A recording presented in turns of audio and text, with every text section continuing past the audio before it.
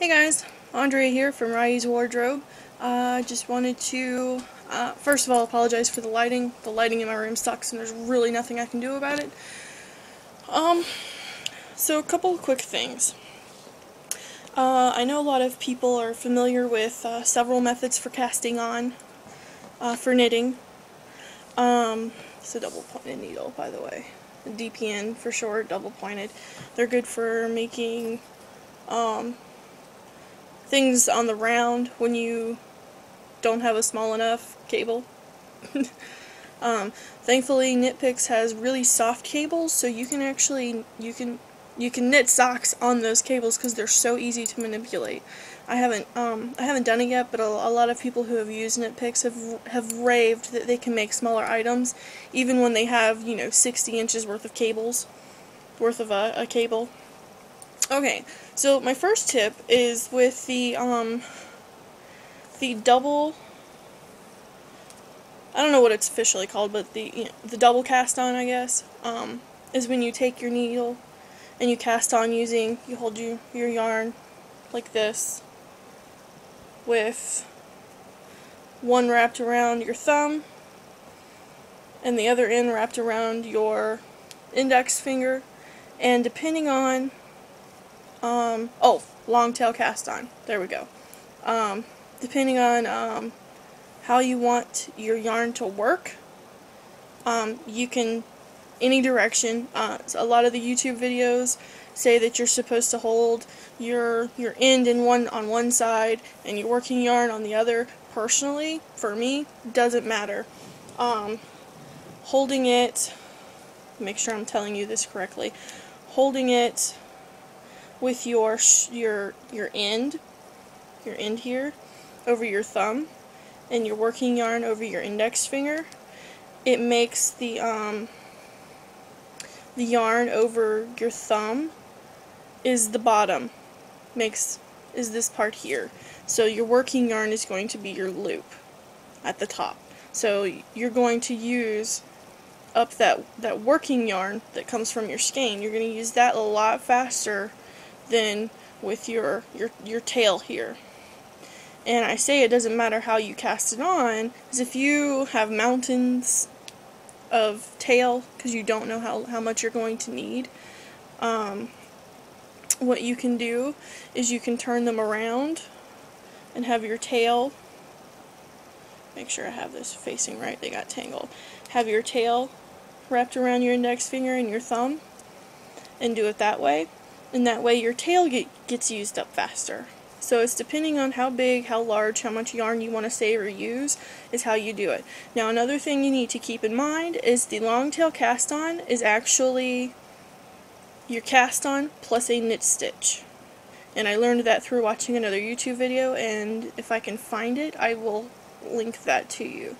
Now, the reason why this is important to know, I'm not sure a lot of people know this, but the reason why this is important to know is your first row, if you are working on a project and you choose to do the long tail cast on, regardless of what it tells you to use, and your first row needs to be flat as if you were doing your stockinette stitch, which is, knit one, purl one, knit one, purl one, so it's, all knit stitches on one side, all purl looking stitches on the back.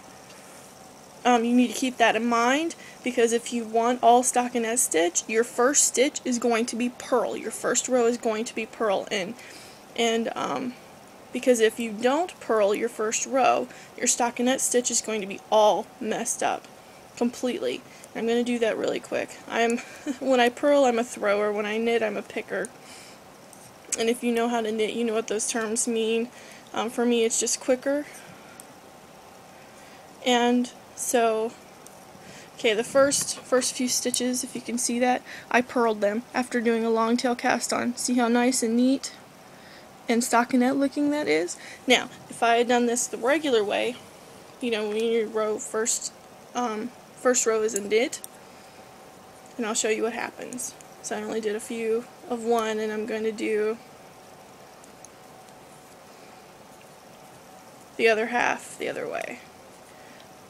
So essentially, when you do a long tail cast on, you've already completed your first row of knitting. and that's your knit row. This is why I said you have to do purl for your next row if you want to do stockinette, because what ends up happening is, if you can see that, this is where I did purl, and where I did knit instead of purl, and so my stockinette stitch is all messed up. Because see, I already had a row of knitting in there, and then that's the other side where I did purl first. So that's important to know if you are doing certain stitches, like your herringbone stitch.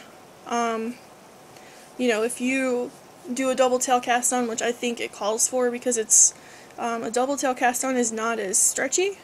So if you have rigid yarn and you want a stiff cast on, that is the best cast on to do because it locks it in place.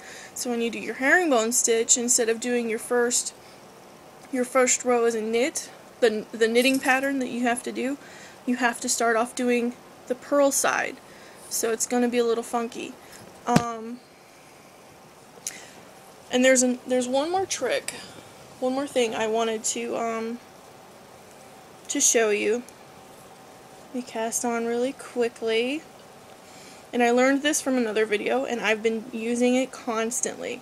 So when you're doing regular knitting, which is just knit, knit, knit, knit, knit, every single row, what you can do to make a smooth edge, instead of having, here's an example, instead of having an edge that looks like this, see all the little bumps there? What you can do is, here's your working yarn.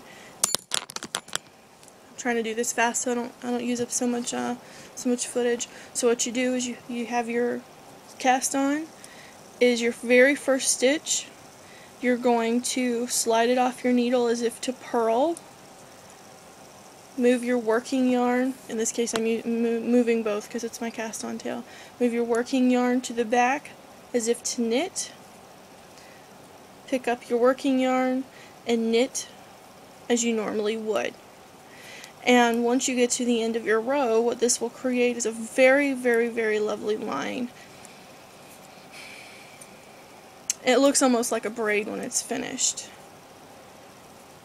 And let me see if I can find to show you on here. Okay, so I've done something else with this, but oops.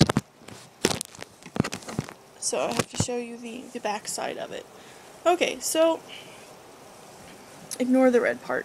But when I was finished knitting my rows in that way that I just showed you, this is what it looks like. That's the finished end. That's what it looks like all the way down. Of course, I've added more yarn to this so it's not laying like it's supposed to, but that's what it looks like. And what you do that every single row for your knitting. Now, if you were going to purl straight across instead of doing a knit row, you would do the same way. Instead of moving your yarn to the back, you would keep it on the same side to keep purling. Now, and I'll show you that in just a sec. Okay, so, I've knitted a row. Now, I'm going to purl this one. So what do? The same exact thing I just did. I'm going to slide it off the needle as if to purl, but in this case I'm keeping my yarn in the place that I need it, and I'm just going to stick my needle in as if to purl, and then I'm going to continue purling.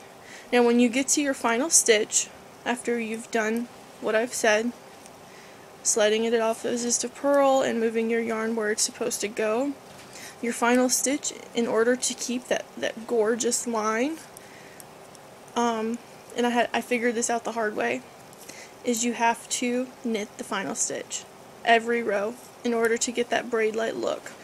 And because of the nature of the stitch, it doesn't appear like a knit row on a purl side. So I've reached my final stitch on my purl side. So see, I have one more on this needle. I'm going to flip it to the back, and I'm going to knit it.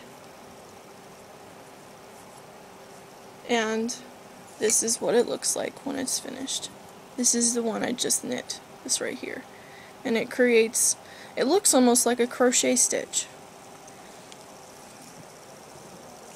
And you can do this the entire time on whatever you're doing. And you do it each time and it creates that line on both edges. So there's the one side, and then there's the other side. Of course, this one doesn't look like much because it's such a different type of yarn, but I mean, it makes a very clean edge. So I hope you found these useful, and leave your comments, leave some response videos if you've used any of these. Okay, thanks, happy knitting.